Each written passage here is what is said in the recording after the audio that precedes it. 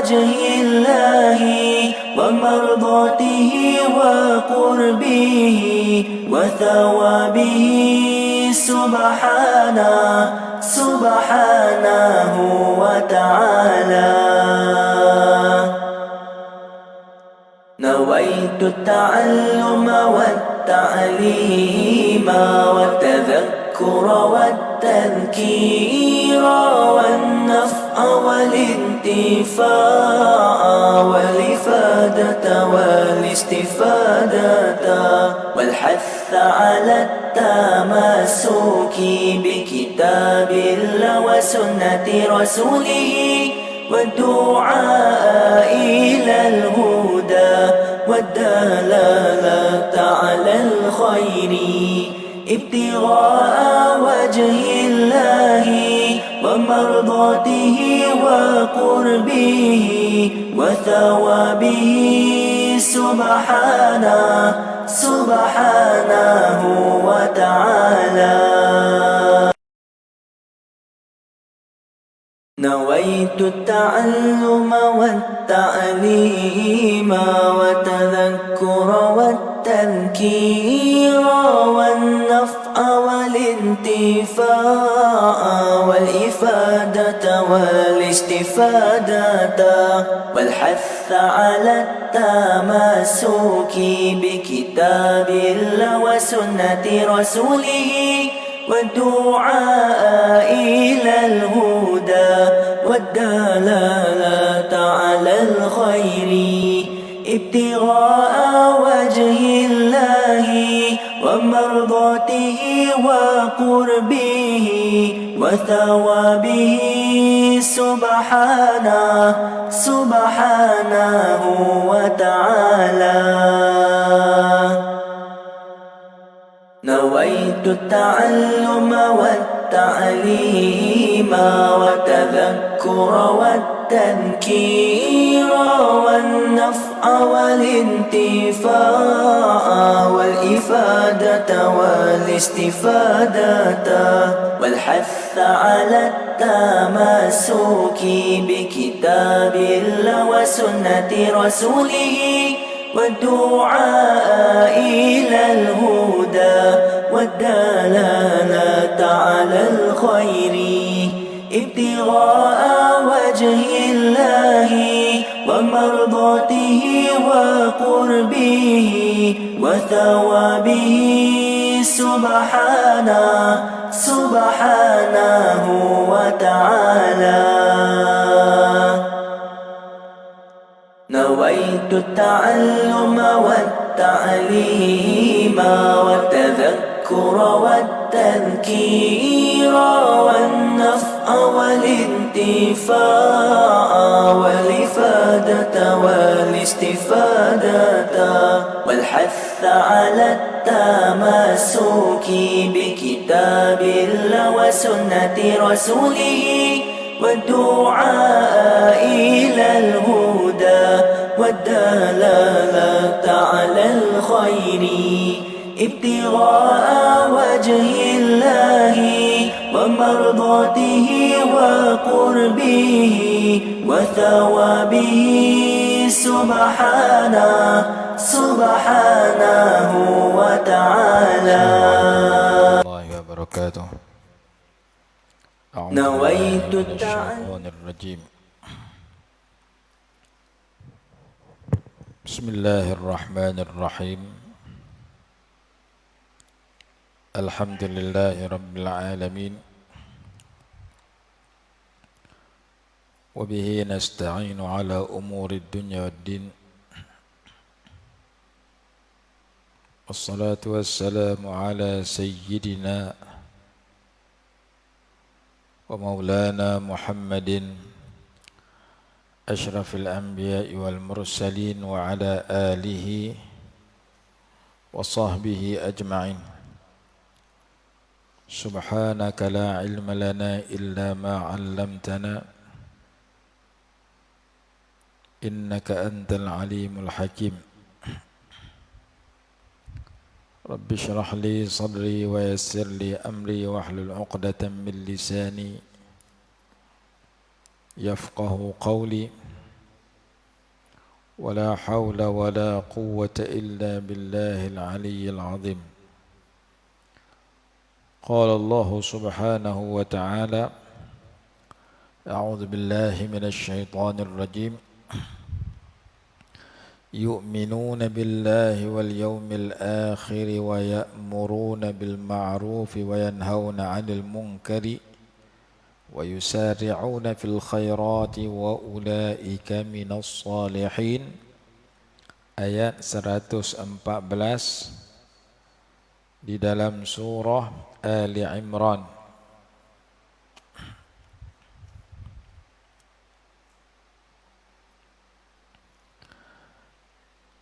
Mereka beriman kepada Allah dan hari akhirat, dan mereka menyuruh kepada kebaikan dan melarang daripada kemungkaran, dan bersegera di dalam melakukan pelbagai kebaikan, dan mereka itulah orang-orang yang saleh. وَمَا يَفْعَلُوا مِنْ خَيْرٍ فَلَنْ يُكْفَرُوهُ وَاللَّهُ عَلِيمٌ بِالْمُتَّقِينَ. Ayat 115, dan apa sahaja yang mereka lakukan daripada kebaikan, maka tidak akan dihilangkan pahalanya, dan Allah itu Maha mengetahui terhadap orang-orang yang bertakwa. Ayat 116, innal ladzina kafaru lan tughniya anhum amwaluhum wala auladuhum minallahi syai'a wa ulaika ashabun nari hum fiha khalidun. Sesungguhnya orang-orang kafir tidak akan bermanfaat bagi mereka harta-harta mereka, dan tidak pula bermanfaat bagi mereka anak-anak mereka daripada siksa Allah sedikit pun, dan mereka itulah para penghuni neraka, mereka kekal di dalamnya. Ayat 117, مثل ما ينفقون في هذه الحياة الدنيا كمثل ريح فيها صر أصابت حرث قوم ظلموا أنفسهم فأهلكته وما ظلمهم الله ولكن أنفسهم يظلمون. Perbandingan keadaan apa yang mereka infakkan di dalam kehidupan dunia seperti angin, di dalamnya ada hawa yang sangat dingin. Ia menimpa tanaman sebuah sekumpulan kaum yang mereka menzalimi diri mereka sendiri, lalu angin itu menghancurkan tanaman itu. Dan tidaklah Allah menzalimi mereka, tetapi merekalah yang menzalimi diri mereka sendiri. Ini cerita tentang orang-orang kafir. 117. Baik, kita patah balik kepada ayat 114 yang menceritakan kisah ataupun sifat sebahagian daripada ahli kitab yang beriman kepada Allah Subhanahu wa taala. Kita baca hari itu ayat 113. Sifat pertama, mereka adalah ummatun qa'imatun, satu kumpulan yang berdirian teguh, berada di dalam jalan yang betul. Qa'imatun ay mustaqimatun thabitatun 'alal haqq, satu umat yang berada di dalam jalan yang istiqamah, yang kekal di dalam kebenaran. Contoh yang diberikan ialah Abdullah ibn Salam radhiyallahu anhu dan sahabat-sahabatnya, begitu juga An-Najashi daripada Nasrani di Najran,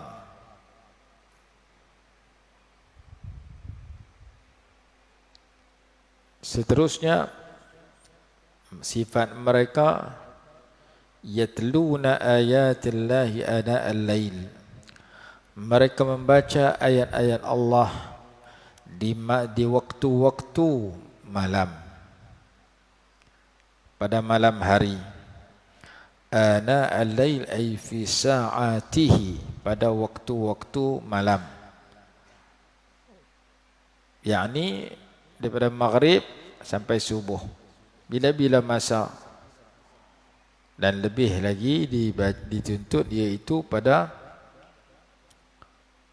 dalam sembahyang mereka.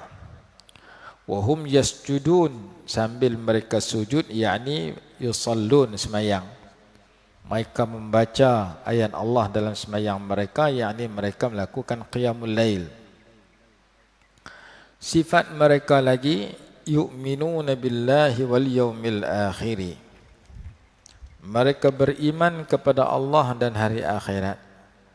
Mereka yakin bahawasanya Allah itu Tuhan yang bersifat dengan seluruh sifat kesempurnaan, yang tidak ada sama sekali sifat kekurangan.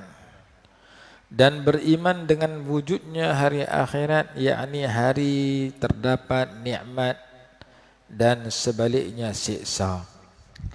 Mereka yakin selepas kematian ada tempat nikmat yang kita harapkan kita dapat, dan ada tempat siksa yang kita minta Allah lindung kita daripada tempat tersebut. Fayusaddiquna bi annahu haqqun, lalu mereka percaya bahawa hari akhirat itu adalah benar-benar dan bakal terjadi. Sayyiduna Luqman radhiyallahu anhu Al-Hakim, yang disebut satu surah, nama surah Luqman, dia kata, sekiranya kamu tak percaya kepada hari kematian yang bakal kamu jumpa, maka kamu jangan tidur setiap hari. Sekiranya kamu tak percaya kamu akan bangkit pula setelah kamu mati, hidup balik lepas pada mati, maka jangan kamu bangkit tiap-tiap hari.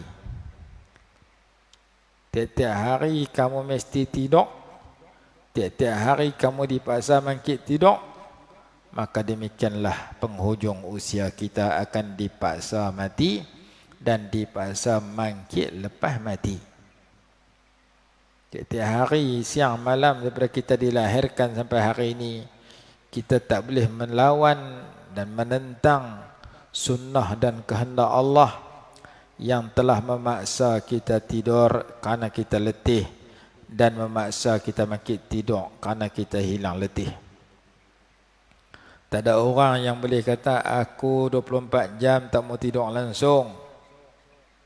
Dan tidak ada orang yang boleh kata aku nak tidur 24 jam tak mau bangkit langsung. Allah kehendak dan kontrol tubuh badan kita, dan kita tak boleh menentang kehendak dia, di mana kita mesti dalam 24 jam ada masa kita tidur, ada masa kita bangkit tidur. Kalau orang tu tak boleh tidur langsung, masalah. 2 minggu, 3 minggu tak tidur, mata duk terbeliak, dia akan jadi masalah emosi. Dia akan jadi masalah kepada kesihatan dan kepada sikap dan emosi serta perasaan dia. Jadi daripada kita dilahirkan sewaktu kita kecil, lahir hari pertama sampai hari ini, tiap-tiap hari kita tak boleh lawan kehendak Allah yang telah menjadikan kita perlu tidur dan perlu bangun tidur. Lama mana kita celik pun kita akan letih dan mengantuk, lena. Lama mana kita lena pun kita akan cemuih lena, memang kena bangkit. Tak boleh lena sampai 24 jam, tak boleh celik sampai 24 jam. Kalau itulah perkara yang sedang kita hadapi daripada hari pertama kita dilahirkan sampai hari ini, tiap-tiap hari, maka tanda kekuasaan Allah. Allah telah berkuasa memaksa kita tidur setiap hari. Dan Allah telah berkuasa menjadikan kita celik mata bangun tidur setiap hari. Maka Allah juga berkuasa untuk mematikan kita bila tiba masa dia. Mudah-mudahan kita mendapat husnul khatimah, insya-Allah kita harapkan sedemikian. Dan Allah juga akan membangunkan kita daripada alam barzakh, alam kubur, kerana Allah telah membangunkan kita setiap hari setelah kita tidur, daripada hari pertama kita dilahirkan sampai hari ini dan seterusnya. Jadi senang saja Sayyiduna Luqman nak habaq rahimahullah radhiyallahu anhu tentang nak menolak pegangan orang yang kata tak ada bangkit lepas pada mati. Lalu dia kata, kalau kamu tak percaya lepas mati kamu akan bangkit balik dalam kubur kamu, tiap-tiap hari kamu tidur jangan bangkit dah. Tak boleh buat. Kerana ada kuasa yang lebih kuat daripada kita yang menghendak hari-hari kamu mesti tidur, hari-hari kamu mesti bangkit. Allah itu tak pernah mengantuk, tak pernah tidur. Quran kata dalam surah, dalam ayat kursi, la ta'khudhuhu sinatun wala naum. Allah itu tidak ditimpa oleh mengantuk dan tidak ditimpa oleh tidur. Allah tak mengantuk, tak tidur. Allah jadikan kita mesti mengantuk dan mesti tidur. Bila hari mula, hari kedua, hari ketiga kita dilahirkan sampai hari ini. Kita tidak boleh melawan kehendak Allah yang sudah menjadikan kita mesti bangkit dan tidur setiap hari. Maka demikian juga Allah akan menjadikan kita tidur terus nama dia mati, dan bangkit terus nama dia hidup balik lepas mati. Bangkit balik lepas kita dikuburkan. Kerana hari-hari kita kena bangkit, tak boleh tidur terus. Maka demikian juga ia akan berlaku setelah kita mati, kita akan bangkit balik dalam kubur. Sebagaimana tiap-tiap hari kita sudah dipaksa bangkit tidur. Bermula hari pertama kita dilahirkan sehingga hari-hari ini. Jadi kata Sayyidina Luqman, jika kamu ragu kepada hari kematian, kamu jangan tidur tiap-tiap hari. Jika kamu ragu kepada hari kebangkitan setelah mati, kamu jangan bangkit tiap-tiap hari. Hak tu pun kamu tak boleh lawan dah. Kamu tak boleh bangkang dah, tak boleh bercanggah dah. Tambah nak bangkang hak bangkitlah daripada kubur. Itu satu contoh.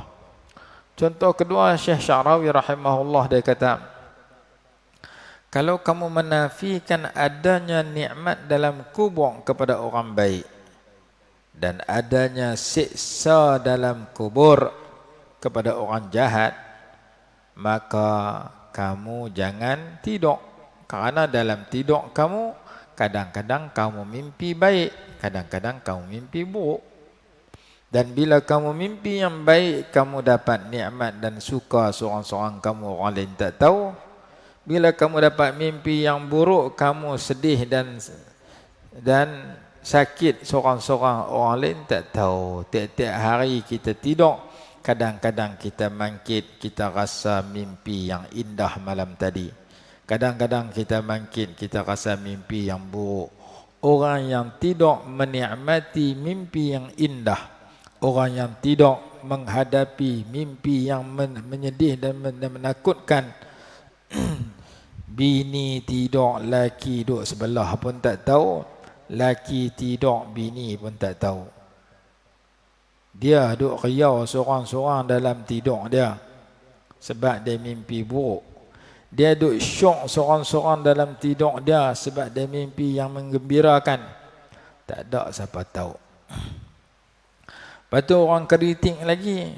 Orang kata kalau ada siksa dalam kubur, nikmat dalam kubur, kalau ada siksa dalam kubur, hak mati awal dulu siksa lama, Hak mati sayup dekat nak kiamat dah mati siksa sat. Hak mati zaman Nabi Adam dulu dia kena siksa dalam kubur tentu lama. Ataupun hak mati dulu dapat nikmat dia lama. Hak mati dekat nak kiamat dah siksa sat.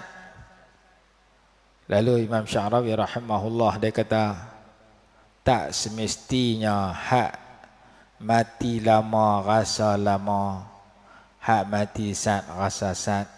Kerana ada manusia, kerana suasana selepas mati sudah tidak ada masa seperti di dunia. Di dunia dia ada pukul berapa, pukul 1, pukul 2, pukul 3. Masa di akhirat tak boleh banding di dunia. Allah boleh jadikan orang yang mati lewat dia rasa lama, orang yang mati awal dia berasa sat. Bukti dia kita tidur. Kita tidur sewaktu kita keletihan ketika kita bermusafir. Ataupun kita buat kerja teruk. Kerja kontrak teruk. Lepas tu tidur. Tidur lama berasa sat lah. Orang naik kereta bermusafir.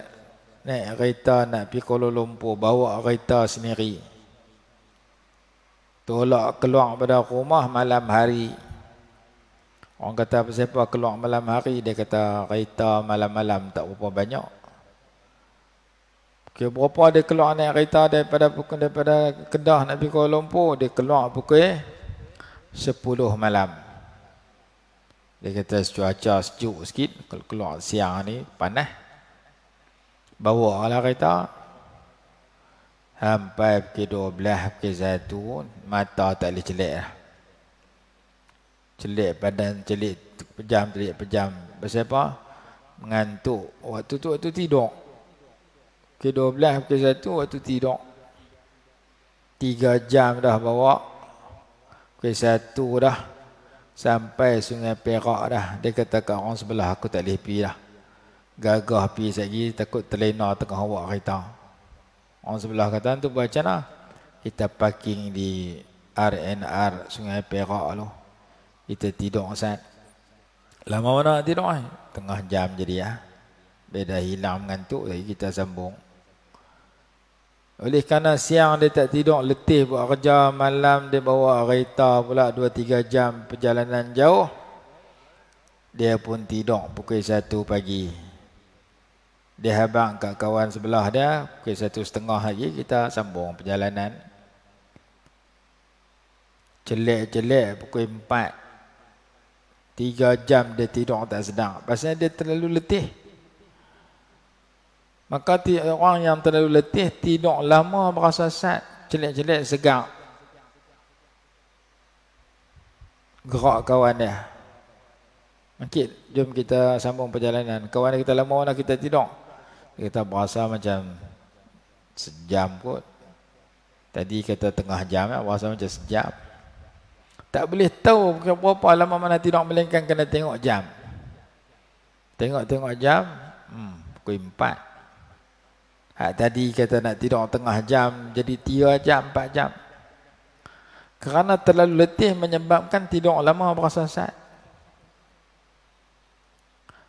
Kalau tak letih, tidur sat berasa lama. Bukti dia kita tidur tengah khutbah Jumaat. Tidur sat ya, berasa lama. Bila nak habis khutbah? Lama dengar khutbah. Lena mangkit tak habis. Tidur tengah khutbah Jumaat, tidur sat, berasa lama. Lambat nak habis khutbah. Tidur masa kita bawa kereta jauh, tidur sat, tidur lama berasa sat. Dan itulah perasaan Ashabul Kahfi. Mereka tidur dalam gua 309 tahun. Bila mereka sembang sama-sama mereka, lama mana kamu tidur? Qalu labisna yawman aw ba'da yawm. Mereka berkata, kami tidur hanya 1 hari atau sebahagian hari. Sedangkan Allah bagi karamah kepada mereka perkara mencarikan adat luar biasa, tidur 309 tahun. Tak reput tulang, tak jadi apa. Macam tidur malam makit pagi. Depa pun berasa sat dia tidur. Merasa macam tidur sehari ya, ataupun sebahagian hari. Sedangkan lama mana depa tidur, Quran kata 309 tahun. Jadi waktu yang kita hidup di dunia, pukul 7, pukul 8, pukul 9, seminit, sejam, sehari, seminggu, tak boleh kira di akhirat. Akhirat waktu lain.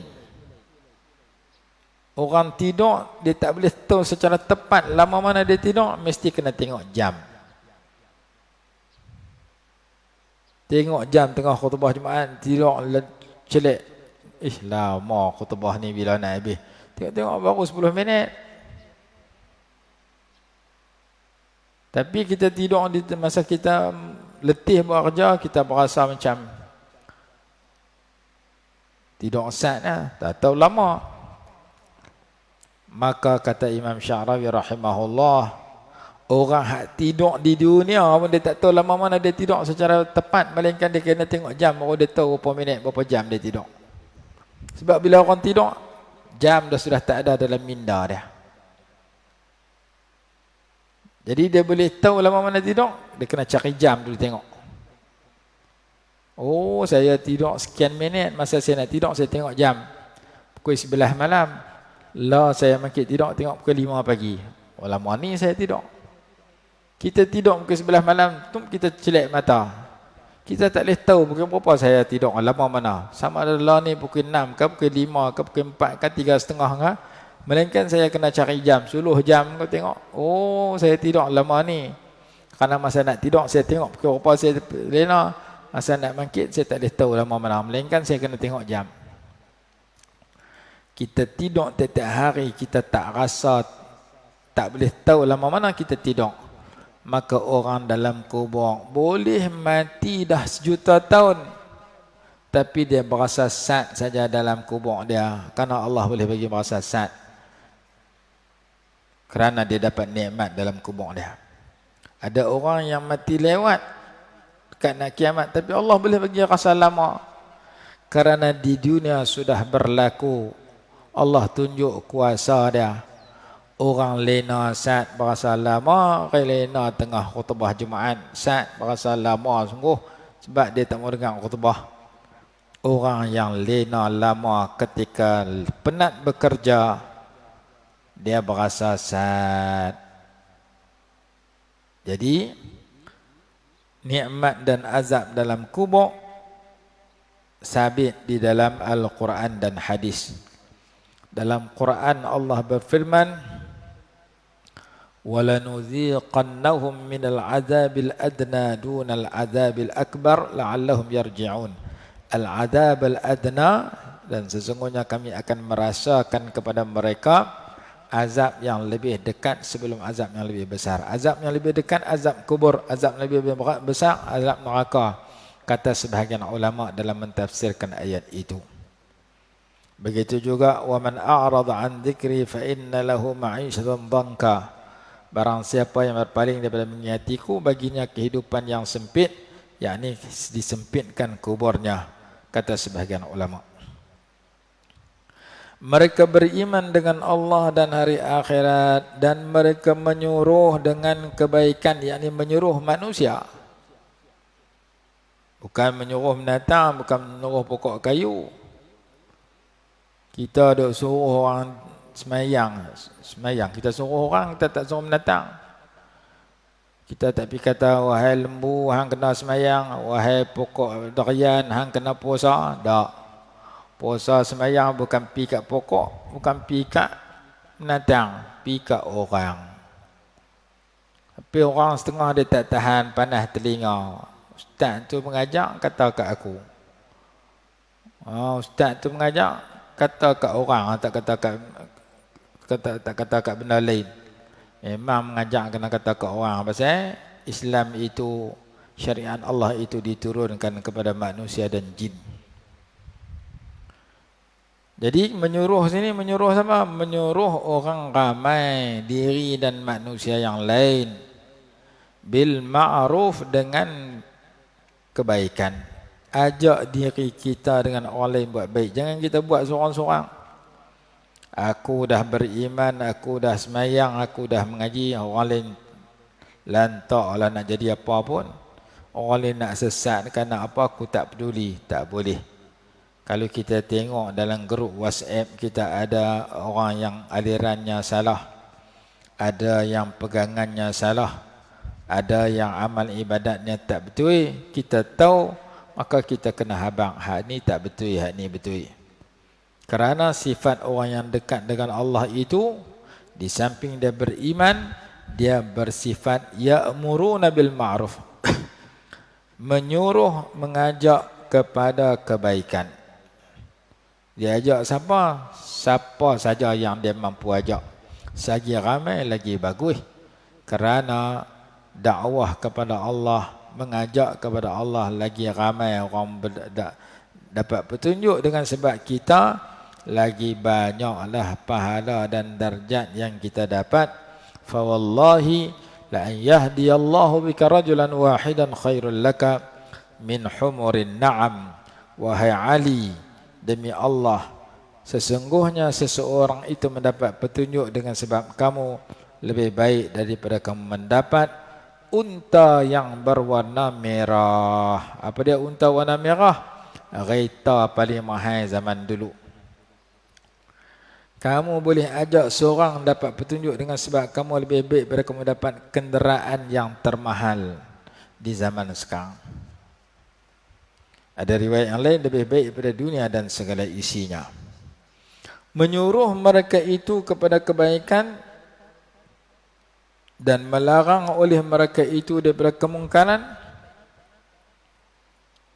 Larang diri dia dan orang lain daripada perkara yang mungkar, dan bersegera di dalam melakukan kebaikan.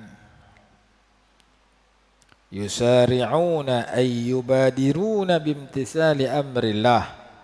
Mereka cepat kalau Allah suruh, melaksanakan suruhan Allah dengan segera.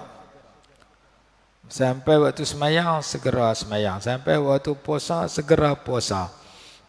Sampai satu mengeluarkan zakat, segera pergi buat mengeluarkan zakat. Sampai masa pergi haji, segera naik kapal terbang pergi haji, tak tangguh dah. Mereka segera di dalam melakukan kebaikan. Segera dalam mengeluarkan zakat bila cukup syarat dan haul dan nisab dia. Segera dalam sedekah. Segera pergi semayang bila masuk waktu semayang. Itu maksud segera. Adapun gopoh gapah yang tu tak boleh.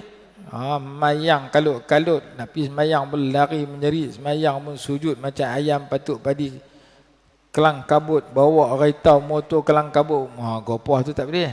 Yang tu bukan segera, yang tu gopoh. Gopoh ni tak boleh. Yang tu dia panggil al-ajalah. At-ta'anni min ar-Rahman wal ajalatu min asy-syaitan. Berlambat-lambat. Tak gopoh itu daripada Allah, gopoh itu daripada syaitan. Makan gopoh suap kono, polantin lebih nasi-nasi, pepok pun kelang kabut. Itu lekat aku tu. Makan tak boleh gopoh lekat. Baca Quran gopoh-gopoh terlompat setengah, hilang makhraj, hilang dengung, mat tak cukup tak harakat. Baca Quran gopoh pun tak kena, makan gopoh tak kena, jalan gopoh, bawa kereta gopoh. Jadi masalah. Jadi Islam tidak menganjurkan kita kelang kabut, gopoh gapah di dalam tindakan kita. Makan suap, pepok, jangan sumbat, nak menyawa tak boleh. Terlekat gitu. Bawa kereta pun gopoh, bawa motor pun gopoh. Kalau aksiden teruk, maka bawa kereta tak boleh gopoh. Bawa motor tak boleh gopoh. Makan minum tak boleh gopoh. Semayang tak boleh gopoh, baca Quran tak boleh gopoh. Baca tak ketahuan apa. Semayang macam ayam patuk padi, sujud sampai bangkit terus. Islam bukan agama yang mengajak kita bersegera sampai hilang sifat sederhana. Melainkan ada beberapa perkara yang digalakkan cepat. Dia bukan gopoh tapi digalakkan cepat. Yang pertama, bertaubat. Kalau kita sedang kita buat salah, yang ni cepat-cepat buat taubat. La tu, beristighfar dan bertaubat. Yang kedua, menghidangkan makanan kepada tetamu. Ni kena cepat. Kita duk makan tengah hari pukul 12.30 atau pukul 1.30 pukul 2. Tetamu mai jamu pukul 12. Menghidangkan makanan kepada tetamu, jangan taruh lewat. Kesian kat perut dia duk cakap orang putih. Tetamu mai rumah kita, kita kata hang dah lama-lama mai rumah aku. Kan tengah hari pukul 4 aku baru jamu hang. Teruk dia. Perut dia duk cakap bahasa Jerman, marah kita. Lapar. Kita duk makan sayur, kita duk makan lewat ke mana pun, tetamu mai jamu awal. Makan malam, mungkin kita boleh jamu sebelum maghrib, mungkin kita boleh jamu selepas maghrib, mungkin selepas sembahyang Isya. Jangan makan malam ke 12 malam. Kesian kat kawan tu, mai tidur rumah kita makan malam ke 12 malam. Menjamu tetamu sunat disegerakan. Yang ketiga, yang pertama bertaubat, yang kedua menjamu tetamu, yang ketiga menyelenggarakan mayat. Bila orang tu dah mati, pasti dia mati, jangan taruh pergi lama. Cepat-cepat mandi, kafan, semayang, tanam. Jangan mati pukul 8 malam, semayang pukul 6 petang. Taruh lama sangat. Secepat mungkin. Yang keempat, tazwijul bikri.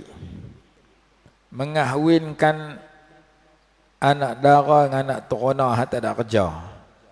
Kerja pun tak, mengaji pun tak, pergi menikah awal. Kalau dia mengaji lagi, bagi orang mengaji tu. Kalau dia kerja, bagi dia himpun duit, lepas tu bagi kahwin. Dan yang seterusnya, as-salah fi awwali waqtiha, sembahyang di awal waktu. Yang ini sunat disegerakan. Lagi baik kita sembahyang awal waktu daripada tengah dengan hujung. Jadi yang ni tak nama gopoh, yang ni nama musara'ah, bersegera. Kita nak sedekah.